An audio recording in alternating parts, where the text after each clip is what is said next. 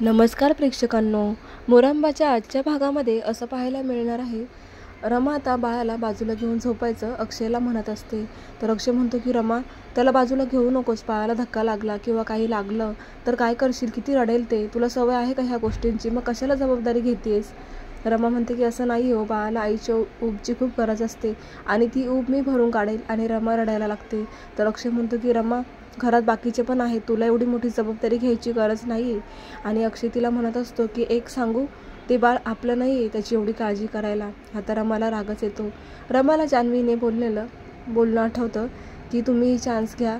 आणि बाळाचा प्रश्न असा आहे की बाळ जन्माला आल्यानंतर आपण शिकतो, बाळ आपल्याला शिकवतं कसं त्याचं संगोपन करायचं.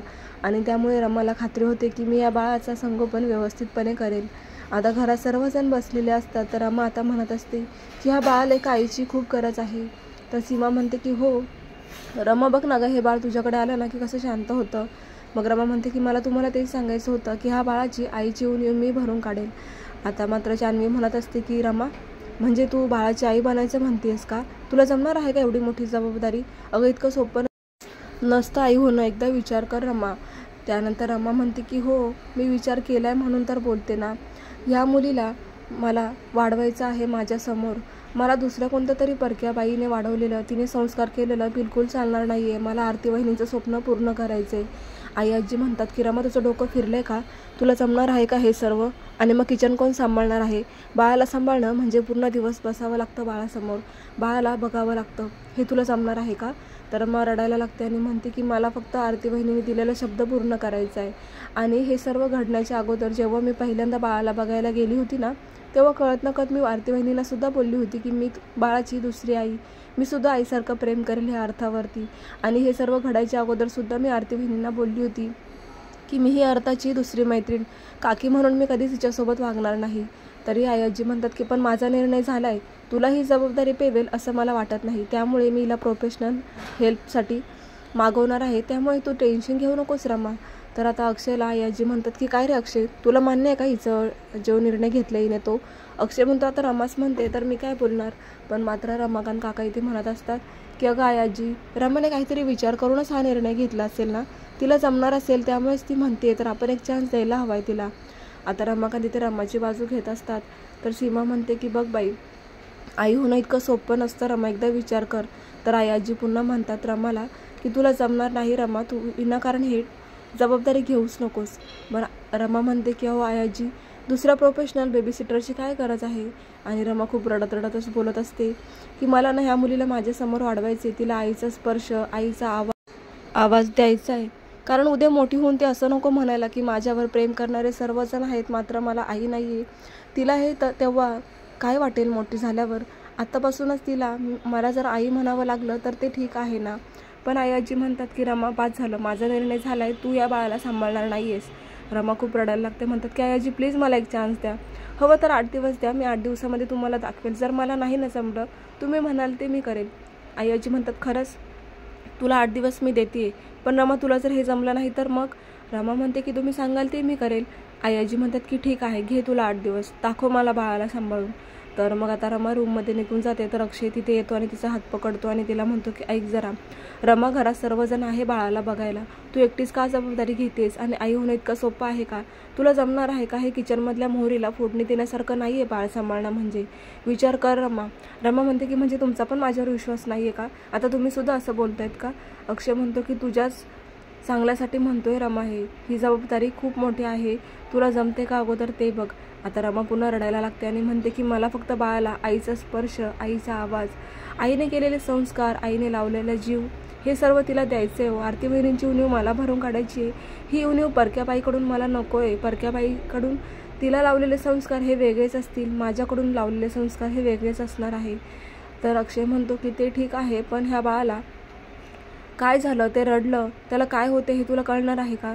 रमा म्हणते की कळेल ना, काय नाही कळणार. तितक्यातच बाळाचा रडायचा आवाज येतो आणि रमा अक्षयला म्हणत असते की त्याने सू केली असेल म्हणून ती बघते, तर खरोखर बाळाने सू केलेली असते. तर अक्षय म्हणतो की ठीक आहे, तुला जमत असेल तर तू करू शकतेस.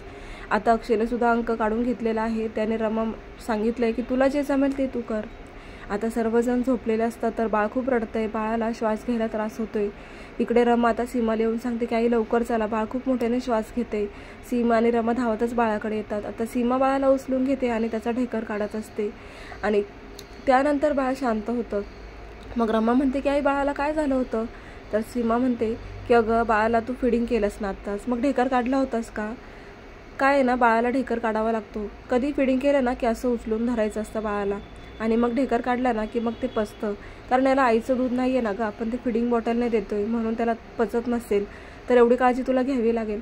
रमा म्हणते की ठीक आहे आई, तुम्ही आहात ना माझ्या सपोर्टला, तुम्ही जर माझ्यासोबत असाल तर मला काहीच काळजी करायची गरज नाही आहे। आता सीमा म्हणते की हे तू कावेरीला सांगितलं आहेस का?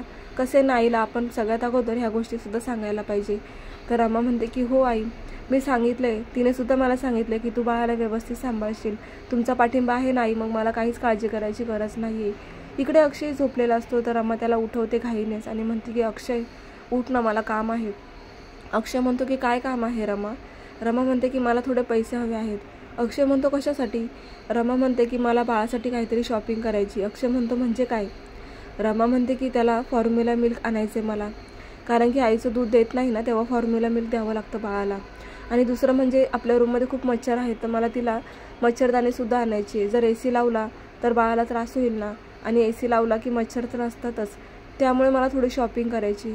तर अक्षय इकडे म्हणत असतो की रमा एकदा विचार कर, घरात बाकीचे पण आहेत बाळाची काळजी करायला, तू एकटीनेच ही जबाबदारी का घेतली आहेस? हां, तुला पैसे हवे आहेत तर ते देईल मी, तुझं कर्तव्य आहे ते, पण काय आहे ना बाळासाठी तू एवढं स्ट्रगल करते, पण तुला हे जमेल की नाही? तर आता इथे पुन्हा रमा म्हणत असते की हो, का नाही जमणार, मी हे सर्व माझ्या लेकीसाठी करते। तर हा भाग इथे संपतो। पुढील भागामध्ये आता रमा बाळाला काजळ लावत असते आणि तितक्यातच आयाजी आणि मयुरी धावतच तिच्या रूममध्ये येतात आणि तिला खूप ओरडत असतात आणि म्हणतात की अगं इतक्या तान्ह्याला बाळाला तू काजळ लावतेस, तुला काही कळतं का? मग आता आयाजी खूप चिडलेल्या आहेत, त्या म्हणतात की मला ना खरंच खूप पश्चाताप झाला आहे, मी एवढी मोठी जबाबदारी तुझ्यावर द्यायलाच नको हवी होती।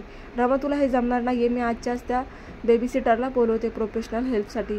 आणि मग आता त्या फोन करतात तर आता एक मॅडम आलेल्या आहेत अर्थाचा सांभाळ करण्यासाठी, त्या आल्यानंतर अर्थाला घेतात।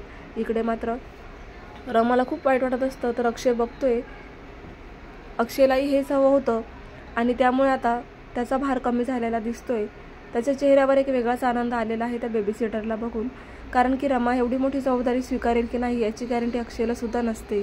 तर पुढे आता रमा त्या बेबीसिटरलाच बघत असते, तिला खूप वाईट वाटतंय, कारण एवढा मोठा शब्द दिलेला असताना सुद्धा तिची इच्छा मात्र आयाजी पूर्ण करणार नाही आहे। तर प्रेक्षकांना पुढे काय होणार हे पहा। चॅनलला सबस्क्राईब करा, नोटिफिकेशनसाठी बेल आयकॉनवर क्लिक करा